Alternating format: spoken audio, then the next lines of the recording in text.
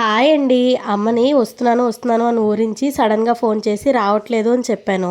4 తిట్లు తిట్టేసి ఫోన్ పెట్టేసింది కోపంగా. ఇప్పుడేమో అమ్మకు తెలియకుండా ఇంటికి వస్తున్నాను. వాళ్ళు ఎలా ఫీల్ అవుతారో చూద్దామని. డాడీ పిలిస్తే డౌట్ వస్తుందని నేనే ఆటో కట్టించేసుకున్నాను. పాప చెప్పులు సౌండ్ వస్తాయని చెప్పులు కూడా తీసేశాను. సడన్ గా మమ్మల్ని చూసి వాళ్ళ రియాక్షన్ చూడండి.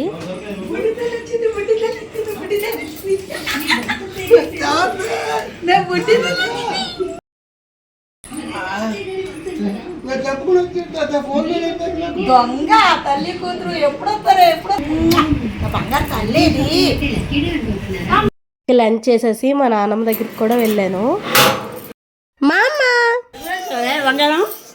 నన్ను చూడాలనిపించినప్పుడు అమ్మ నాన్న రాగలరు కానీ మా అమ్మ తాత రాలేరు. అందులో నేను ఈ ఇయర్ పెద్ద పండగ కూడా రాలేదేమో. నన్ను చూడగానే చాలా ఎక్సైట్ అయిపోయింది మా అమ్మ తాత. ఈవినింగ్ అయ్యేసరికి ముగ్గురు ఇలా మేడెక్కిపోయి ఎంచక్క ముచ్చట్లు పెట్టుకుంటాము.